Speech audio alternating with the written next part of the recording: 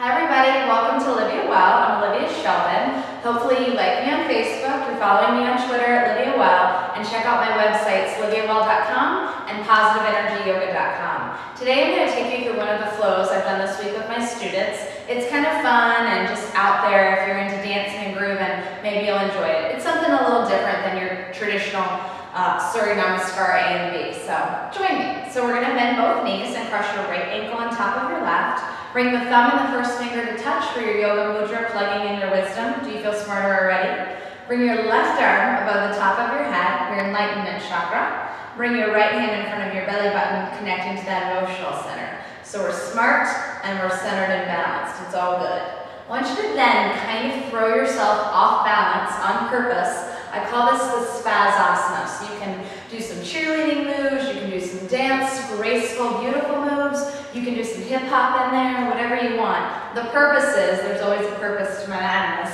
is to get some strength and integrity into your supporting ankle, knee, and hip joint. So as you're moving and grooving, you're actually building all those tendons and ligaments that surround the joint. So it's great, and if you happen to have the Klutz gene like I do, to work on strengthening our ankles so we don't sprain them. And if we do, we recover faster. And of course, after a few more rounds, let's come back and show control and confidence, woo, in our King Dancer. That's it. Always have your moment of grace. Then reach your hands in front of the shin. We're going to close space and see if you can fold, fold, fold. So your armpits and your shin connect. When you turn sideways, just so you can see that closing of space. Then eventually you wrap your arms around behind that supporting calf. See how that feels for my advanced. And if you can't quite reach the ground, not a big deal. You just use a block or just reach towards the floor and hold here. Now for my super advanced yogis, that foot's going to stay hooked around the shoulder. We shift the weight slowly into the fingertips. We're going to lift that back foot and then slowly extend that leg towards the ceiling. So that's going to make that fly. Beautiful. And then we come down. So I want you to unwind carefully as we come up. We're going to unwind that right leg and come to a standing split. And then lightly step back into separate leg stretch and flex that front foot. Come forward again into your standing split, forehead to your shin. Step back into separate leg stretch, flexing that front foot each time. One more time, standing split. From there, pulse. I love the movement. I love the idea of Vinyasa and flow. So we lift, and you don't need to be flexible like I am. You can have that foot just a few inches from the ground or wherever it goes. It's totally fine. Just participate. Take that leg high in the sky, forehead to the shin, one last moment, and then step back into your separate leg stretch. We're going to flex that front foot, and then we're going to try to walk the fingertips back in the opposite direction of the way our toes are facing. Refold, square the torso, and bow directly on top of that front shin. If you can, see if those hands can reach. This is a little balance challenge. Both hands are going to grab that rear leg. So that's one option. Very nice. Stay there for a few breaths. Feel those thighs rolling inward rotation. And then let's release those hands down. Give me a big twist. Open up that left arm in the sky. Twist with all your might. And you don't have to stop at center. Twist even more. Flex that hand and stretch through your shoulder, through your chest. Have that spine growing long, creating space in the waist. And your neck and head extending one direction. Your hip and tailbone extending in the opposite. So don't always go with maybe exactly what an instructor is saying. Go with how you feel. So if it feels good to go 2 more inches, that's okay. Go a little bit further. You're your best teacher, really. Release the hands to the ground. Let that forehead drop to your shin. And let's take that back right leg and we're going to do shoot the duck. So I call it that because that was the roller skating term. So that right leg extends forward. Try to reach your hands towards your foot. And if you wiggle wobble, that's okay too. Now, if you're able to, try to bring your right arm to the outside of that knee, and then maybe reaching both hands and grabbing hold of that foot. That's pretty tricky. It's a lot of twisting. And for my super hardcore advanced yogis, you're going to work on trying to stand up, and then with control coming back down. And if you're hardcore and want to work your thighs, do that 100 times, or just 10.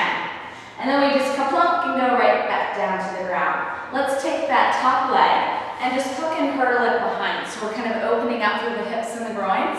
And then give me a beautiful lean in our mermaid over to the side. I saw this move on the Olympics, by the way, on their floor routine. I was like, hey, we're doing yoga, I love it.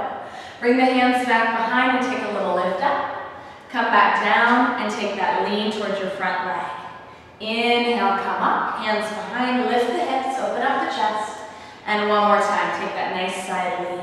Beautiful, come back to center. Now move that left knee a little bit further back. If you have a knee issue, you can extend that leg straight to a little bit of a straddle. Otherwise, keep that nice hurdle. It's a good little inner thigh going hip flexor, and you even get some hamstring in the front leg. So this is a fabulous stretch.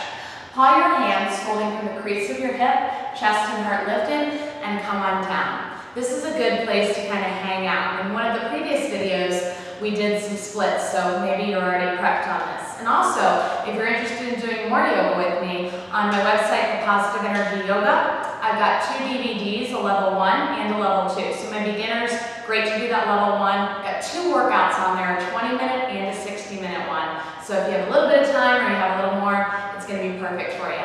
And then the level 2 is obviously going to be a little more advanced, but something maybe you can work towards. So maybe get both. Anyways, definitely go check that out. So it's fun. We can hang out all week long. And then slowly pull that body on up. We're going to take that back leg, drag it around because it's really going to want to counter, and just kind of hug it in for a second. Give it a nice big hug.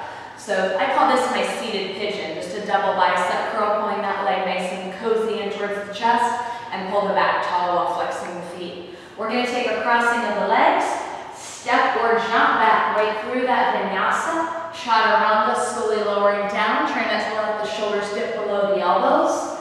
Tops the feet into your upward dog. Double dip your chaturanga if you want a little extra strength, push the plank. I've been adding this in all week. 10 mountain climbers in the middle, just to get that heart rate up.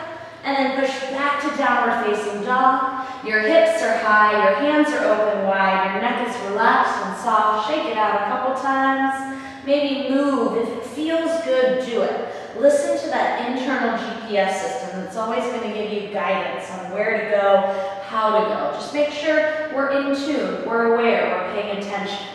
And then when you're ready, look forward, inhale, bend the knees, and on your exhale, lightly walk or jump, feet to the hands. Inhale, partway lift. Exhale, fold all the way down. Thumbs crossed, scoop away, and rise to the high. Take a little baby back bend, make sure your buns are tight, check them, make sure they're tight. And lean all the way back. And then come back to center, hands to heart. And then you guys are going to do the other side on your own, of course, because we're going to be balanced. And maybe try this 2 or 3 times this week, and let me know how it goes. And I'll see you next time. Don't forget, check me out, like me on Facebook, follow me on Twitter, LiviaWell, and then check out my websites, positiveenergyyoga.com and LiviaWell.com. Namaste.